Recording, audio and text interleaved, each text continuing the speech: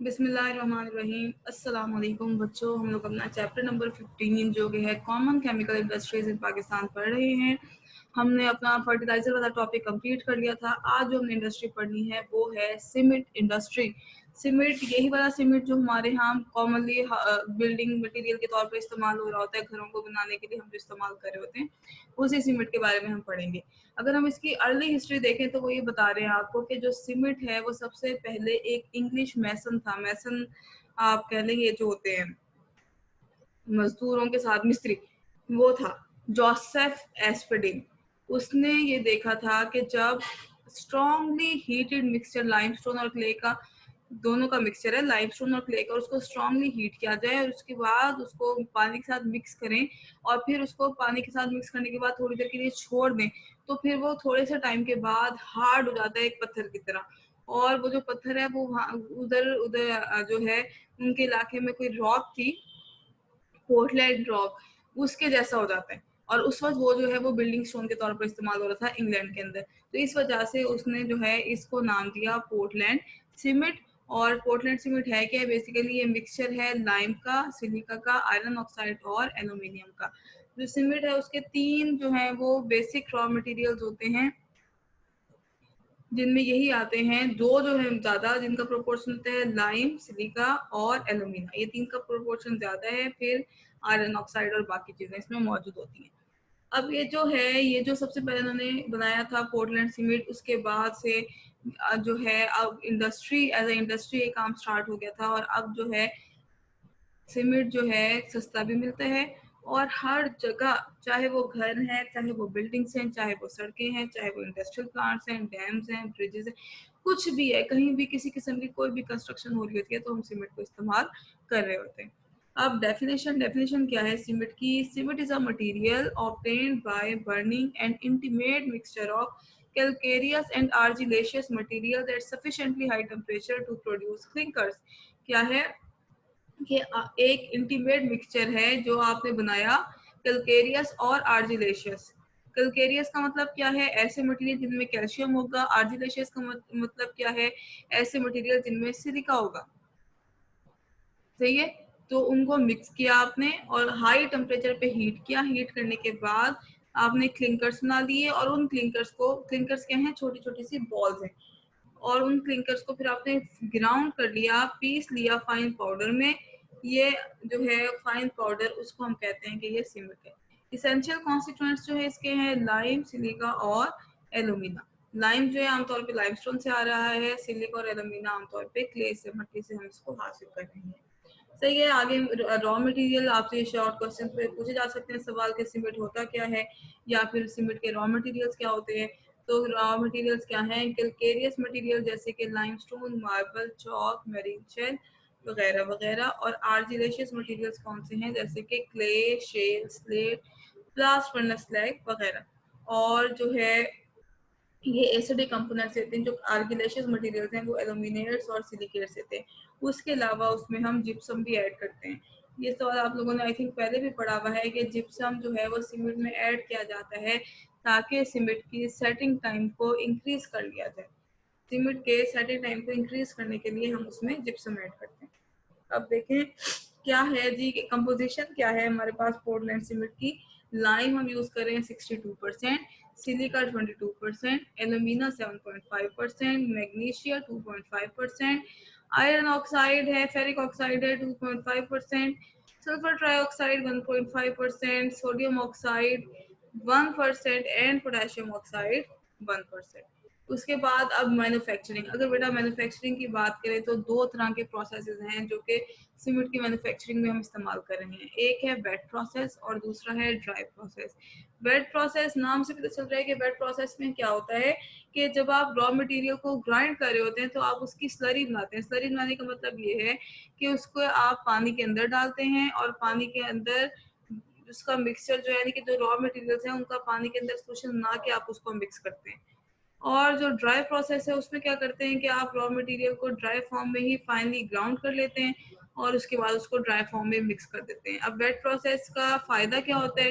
Weight process का फायदा ये है कि इसमें जो ग्राइंडिंग है, जो मिक्सिंग है वो आसान हो जाती है और जो प्रोपोर्शंस हैं वो फिक्स होते हैं, यानी कि कंसंट्रेशन जो है उसको मेंटेन करना आसान होता है।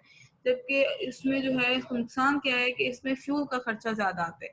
और अगर हम ड्राई प्रोसेस को देखें तो उसमें हमें शुरू में ग्राइंडिंग यानी कि जो हम पीस रहे होते हैं उसको बहुत ज़्यादा फाइन करना पड़ता है, लेकिन और उसमें मिक्सिंग थोड़ी मुश्किल होती है, लेकिन इसमें फ्यूल का खर्चा कम होता है। अब पाकिस्तान के अंदर जो है वो आम तौर पे वेट प्रोसेस ही इस्तेमाल हो रहा है, और वेट प्रोसेस के हमारे पास 5 स्टेजेस हैं। सबसे पहला क्या है, crushing and grinding of the raw material, फिर mixing the material in correct proportion, उसके बाद heating the prepared picture in a rotary kiln, फिर है grinding the heated product known as clinker, और फिर है mixing and grinding of cement clinker with the gypsum. हम सबसे पहला देख ले अपना crushing and grinding. Crushing and grinding में क्या है कि जो भी सॉफ्ट रॉ मटेरियल है, पहले आप उसको क्रश कर लेते हैं सूटेबल साइज के अंदर। आमतौर पर ये 2 स्टेजेस में हो रहा होता है, सही है। और उसके बाद आप उसको पानी की मौजूदगी में अच्छे तरीके से पीस लेते हैं, क्रश कर लेते हैं। क्रश का मतलब भी वही होता है, नहीं कि क्रश थोड़े हम कह सकते हैं कि बड़े-बड़े पत्थरों को थोड़े छोटे साइज में ले आए, और ग्राउंड का तो मतलब है कि बिल्कुल ही आपने उसको पीस दिया। आप 2 तरह से आप पीस रहे हैं उसको, या तो रोटेटिंग सिलिंड्रिकल बॉल से या फिर ट्यूबवेल से। अब रोटेटिंग सिलिंड्रिकल बॉल का मतलब क्या है कि आपने वो किसी भी चीज़ के अंदर जो टैंक है या जो भी ट्यूब है या जो भी सिलेंडर है जिसके अंदर आपने रॉ मटेरियल डाल दिया, और उसके अंदर क्या है कि रोटेटिंग सिलिंड्रिकल बॉल डली हुई है, तो वो जब वो बॉल रोटेट करेगी तो उसके नीचे जो जो रॉ मटेरियल आएगा उसको अपने साथ साथ पीसती जाएगी। और दूसरा है tube mills containing a charge of steel ball, के कोई ट्यूब मिल्स हैं बड़ी बड़ी सारी, और उनके अंदर स्टील की बॉल्स भरी हुई हैं। फिर वो जो स्टील की बॉल जब हिलेंगी तो ऑटोमेटिकली जो रॉ मटेरियल है वो ग्राउंड हो जाएगा। उसके बाद हमारे पास नेक्स्ट जो चीज़ है मिक्सिंग। अब आपने क्या कर लिया, क्रशिंग और ग्राइंडिंग कर ली। अब आपने क्या करना है, मिक्सिंग करनी है।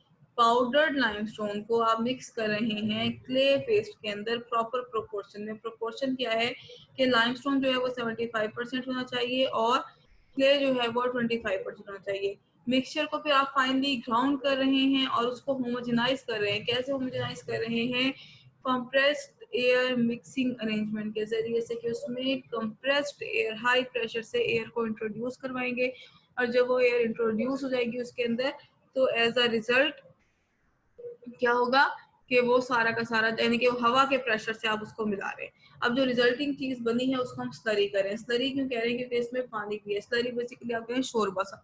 अब स्लरी इसमें 35 to 45% वाटर है, जिसकी सबसे पहले आप फिल्ट्रेशन कर रहे हैं ताकि इसमें से कुछ ना कुछ वाटर जो है वो चला जाए, और तकरीबन 35 से 45% जो वाटर है वो 20 to 30% तक रिड्यूस हो जाते हैं, और जो रिजल्टिंग चीज़ बचती है हम उसे फिलर केक्स कह रहे हैं। उनको आप स्टोरेज बिन में स्टोर कर देते हैं। और इसका फ़ायदा क्या होता है कि इसका फ़ायदा ये होता है कि जब हमने इनको हीट करना था तो अब हमारा फ्यूल थोड़ा सा कम लगेगा। सिंपल सी बात है, अगर 45% वाटर होता तो हमें ज़्यादा हीटिंग देनी पड़ती, अब 30% अगर वाटर है तो हमें कम हीटिंग देनी पड़ रही है। उसके बाद है heating the slurry in the rotary kiln. अब ये जो स्लरी है जो आपने बनाई उसको आपने रोटरी किल में डाल दिया with the help of a conveyor. Conveyor नाम से तो चल रहा है, जो चीज कन्वे करे यानी कि स्टोरेज बिन से लेकर रोटरी किल तक बेल्ट्स लगी हुई हैं, ये कन्वेयर लगा हुआ है। वो कन्वेयर के जरिए से रॉ मटेरियल या स्लरी हमारे आके अब रोटरी किल में जा रही है। रोटरी किल है कि बड़ा सारा सिलेंडर है, 8 से 15 फीट उसका डायामीटर है और 300 से 500 फीट जो है उसकी लेंथ होती है। और जो है ये जो रोटरी किल्न है ये सीधी नहीं होती, ये हल्की सी इंक्लाइंड होती है। इंक्लाइंड का मतलब क्या है कि ये टेढ़ी होती है, सही है। और इसके अंदर ये स्टील से बनी हुई होती है और इसके अंदर फायर ब्रिक्स लगाई हुई होती है। किल्न जो है वो उसकी एक और खासियत क्या होती है कि ये रोटेट कर सकती है हॉरिजॉन्टली अपने एक्सिस पे 1 से 2 रेवोल्यूशन पर मिनट। अब होता क्या है कि किल्न के शुरू के अंदर वो रॉ मटेरियल डाल देते हैं। किल्न जो है एक तो थोड़ी सी टेढ़ी है, दूसरा वो रोटेट करिए तो उसकी रोटेशन से और टेढ़े होने की वजह से जो रॉ मटेरियल है वो आहिस्ता आहिस्ता आगे आता जाता है। और जो किल्न है उसको फिर हमने 3 टेम्परेचर जोन्स में डिवाइड किया हुआ है, बल्कि 4 टेम्परेचर जोन्स के अंदर। और फिर हर जोन का एक स्पेसिफिक टेम्परेचर है और उस टेम्परेचर पे एक खास किस्म का रिएक्शन होगा। अब देखें जी क्या हो रहा है कि अब जो चार्ज है उसको आप हीट कर रहे हैं कोल, ऑयल या नेचुरल गैस से बर्न करके, और जो है जैसे जैसे चार्ज चार्ज का मतलब है जो चीज आपने उस किल के अंदर डाली, जैसे जैसे चार्ज आगे मूव करता जाएगा डिफरेंट रिएक्शंस होते जाएंगे और चार्ज को रोटरी किल्न के अंदर अपनी जर्नी कंप्लीट करने के लिए तकरीबन 2 से 3 घंटे जो है वो लग जाते हैं। सबसे पहले जो जोन है वो है ड्राइंग या फिर प्री हीटिंग जोन या फिर मिनिमम टेम्परेचर जोन। सही है, इस जोन में क्या हो रहा है कि टेम्परेचर जो है वो 500 डिग्री सेल्सियस रखा जाता है, जबकि जो मॉइस्चर है उसको रिमूव कर लेते हैं और क्ले जो है उसको ब्रेक कर लेते हैं एल्यूमिना, सिलिका और Fe2O3 में।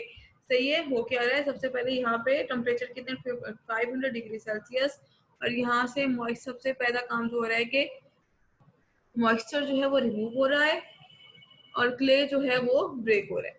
उसके बाद नेक्स्ट स्टेप जो है वो है डीकम्पोजिशन जोन। डीकम्पोजिशन जोन जो है ये मॉडरेट टेम्परेचर जोन है। यहाँ पे टेम्परेचर जो है वो 900 डिग्री सेल्सियस तक जाता है और इस जोन के अंदर जो लाइमस्टोन है वो डीकम्पोज जाता है कैल्शियम ऑक्साइड और कार्बन डाइऑक्साइड के अंदर। तो ये क्या हो रहा है, यहाँ पे कैल्शियम कार्बोनेट की डीकम्पोजिशन हो रही है कैल्शियम ऑक्साइड और कार्बन डाइऑक्साइड में। तीसरी जोन कौन सी है हमारे पास, बर्निंग जोन या फिर मैक्सिमम टेम्परेचर जोन।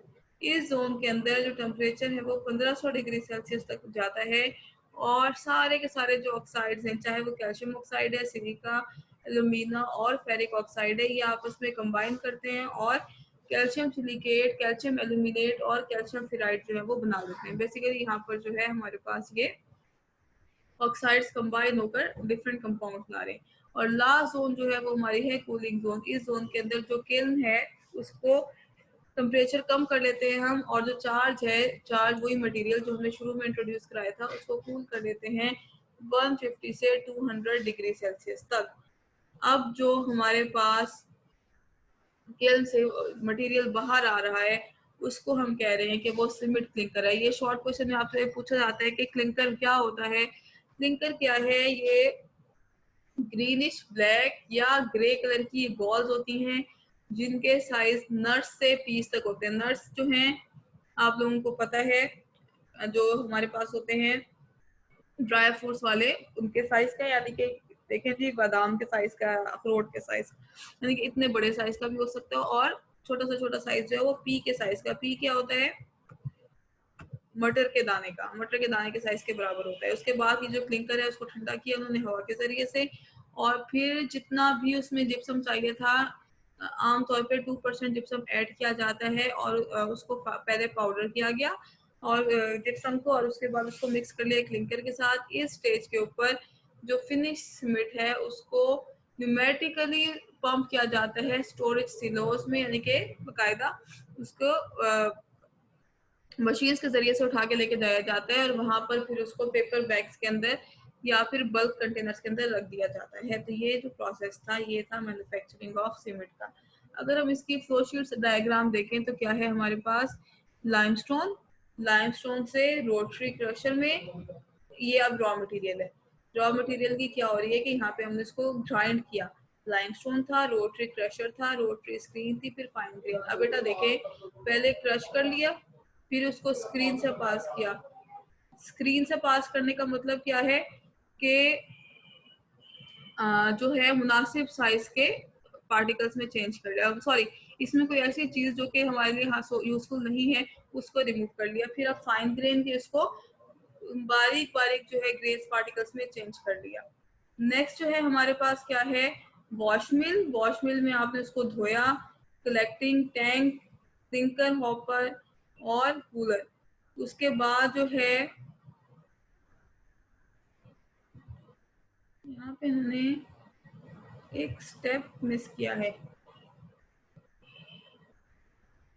ये सीधा क्लिंकर कूलर पे आ गए हैं। अच्छा, जिन्होंने वॉश करके उसको फिर हम ये कह सकते हैं कि कलेक्टिंग टैंक में ऐड कर दिया और यहाँ पर जो है फिर सारा प्रोसेस हुआ और एज अ रिजल्ट हमारे पास जो है वो क्लिंकर आ गया है। और क्लिंकर को फिर हमने ठंडा किया, फिर क्लिंकर को ग्राइंड किया और ग्राइंड करने के बाद उसके अंदर जिप्सम को ऐड किया और जिप्सम ऐड करके हमारे पास बैगिंग की और फिर सीमेंट की ट्रांसपोर्ट होगी। यहाँ पे उन्होंने थोड़ा सा जो रोटरी किल वाला प्रोसेस है उसको इतना क्लियर नहीं बताया, लेकिन सिंपल सी बात है कि जब वो स्लरी प्रिपेयर होगी तो स्लरी प्रिपेयर होने के बाद जो कलेक्टिंग टैंक है वहां से फिर वो जाएगी रोटरी किल के अंदर और रोटरी किल से फिर ये हमारे क्लिंकर हॉपर में और वहां से कूल वगैरह होके हमारे पास एंड पे आ जाएगी। तो ये अब हमारा जो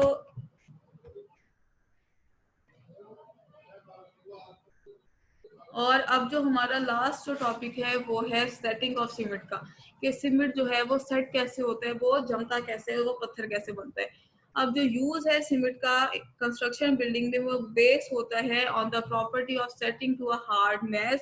अब वो बेसिकली है क्या कि जब हम पानी से सीमेंट को मिक्स करते हैं तो वो सॉफ्ट मैश होता है, और उसके बाद जब हम उस सीमेंट को थोड़ी देर तक रहने देते हैं तो फिर वो हार्ड मैश में चेंज हो जाता है। ऐसे ही है। तो अगर अब देखें बेटा, ये बात भी एक बहुत इंपॉर्टेंट है कि अगर हम जैसे पानी सीमेंट में डालें और सीमेंट हार्ड हो जाए तो फिर हमारे काम का तो नहीं रहा सीमेंट, और अगर हम जो है सीमेंट में पानी डालें और वो फिर वो सॉफ्ट ही रहेगा और हार्ड ना तो भी हमारे काम का नहीं है।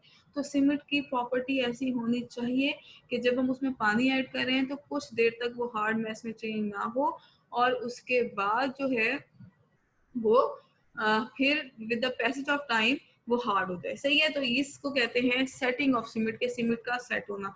और इसी सेटिंग के लिए हम जिप्सम डालते हैं। जिप्सम क्या करता है कि जो फौरन से जो सेटिंग हो रही होती है कि पानी डालते ही सीमेंट हार्ड ना हो जाए, उस चीज को रोकता है कि फौरन से हार्ड नहीं होने देता। अब देखें दो तरह के रिएक्शन हो रहे हैं। पहले रिएक्शन वो वाले जो कि फर्स्ट 24 आवर्स में हो रहे हैं। फर्स्ट 24 आवर्स में कौन से रिएक्शन हो रहे हैं? जैसे ही सीमेंट को पानी के साथ मिक्स करते हैं तो हमारे पास ट्राई कैल्शियम एल्यूमिनेट जो है वो पानी को एब्जॉर्ब कर लेता है, हाइड्रेशन हो जाती है, और जो है वो कोलाइडल जेल बन जाता है जिसकी कंपोजिशन क्या है हमारे पास 3CaAl2O3.6H2O, हाइड्रेटेड कैल्शियम एल्यूमिनेट। ये बेसिकली एक कोलाइडल जेल बन जाता है हमारा। कोलाइडल जेल का मतलब क्या है कि है तो वो जेल लेकिन उसमें कहीं कहीं कोलॉइड्स हैं, कहीं कहीं सॉलिड पार्टिकल्स मौजूद हैं। अब ये जो जेल है आहिस्ता आहिस्ता क्रिस्टलाइज होना शुरू हो जाता है और रिएक्ट करता है जिप्सम के साथ, और फिर क्रिस्टल्स बनाए। अब जितने ज्यादा ये क्रिस्टल्स बनेंगे कैल्शियम सल्फोल्यूमिनेट के, उतना ही ज्यादा सीमेंट हार्ड हो जाएगा। उसके बाद 1 से 7 दिन में क्या हो रहा होता है कि जो ट्राई कैल्शियम सिलिकेट और ट्राई कैल्शियम एल्यूमिनेट है इनका हाइड्रोलाइसिस हो जाता है, और ये कैल्शियम हाइड्रोक्साइड और एल्यूमिनियम हाइड्रोक्साइड बना लेते हैं।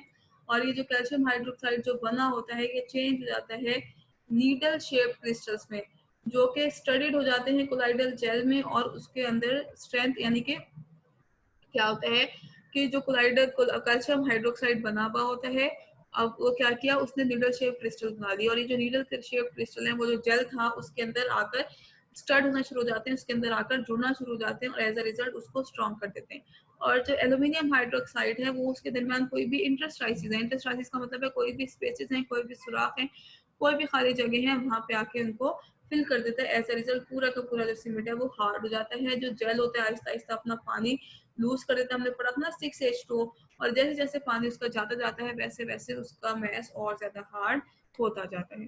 तो ये हमारे, ये भी आपका इम्पोर्टेंट शॉर्ट क्वेश्चन है, आपसे पूछा जा सकता है कि what is setting of cement या how setting of cement takes place.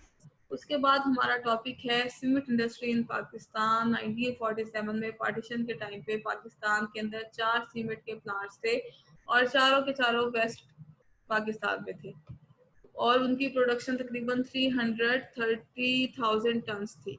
लेकिन 1954 तक पाकिस्तान ने ये प्रोडक्शन बढ़ा के 660,000 टन कर ली थी। 1956 में 2 मजीद लगाए गए दाऊद खेल और हैदराबाद में, लेकिन पाकिस्तान की पॉपुलेशन इतनी थी कि ये भी पाकिस्तान के लिए काफ़ी नहीं थे, और पाकिस्तान चूंकि एक डेवलपिंग कंट्री है तो इसके लिए इसको ज़रूरी है कि इसको सीमेंट की प्रोडक्शन और बढ़ाए। और अब जो है तकरीबन 22 सीमेंट फैक्ट्रीज जो हैं वो पाकिस्तान में काम कर रही हैं और सीमेंट बना रही हैं ड्राई और वेट प्रोसेस से। और उन दोनों 22 सीमेंट प्लांट की कितनी हैं जी, हम कह सकते हैं 95,78,802 मैट्रिक टन पर एनम। एक साल में इतना मैट्रिक टन जो है वो बना रही है। तो अच्छी खासी प्रोडक्शन हो रही है अल्हम्दुलिल्लाह। हमारा कंट्री डेवलपिंग है, तरक्की कर रहा है। आप लोगों ने अपना रोल प्ले करना है मुल्क को आगे पहुंचाने के लिए। अपना ख्याल रखें, सब लोगों का ख्याल रखें, खूब सारी मेहनत करें, पढ़ें, और अपने आप लोगों ने बहुत अच्छे से मार्क्स लेने। अल्लाह हाफिज।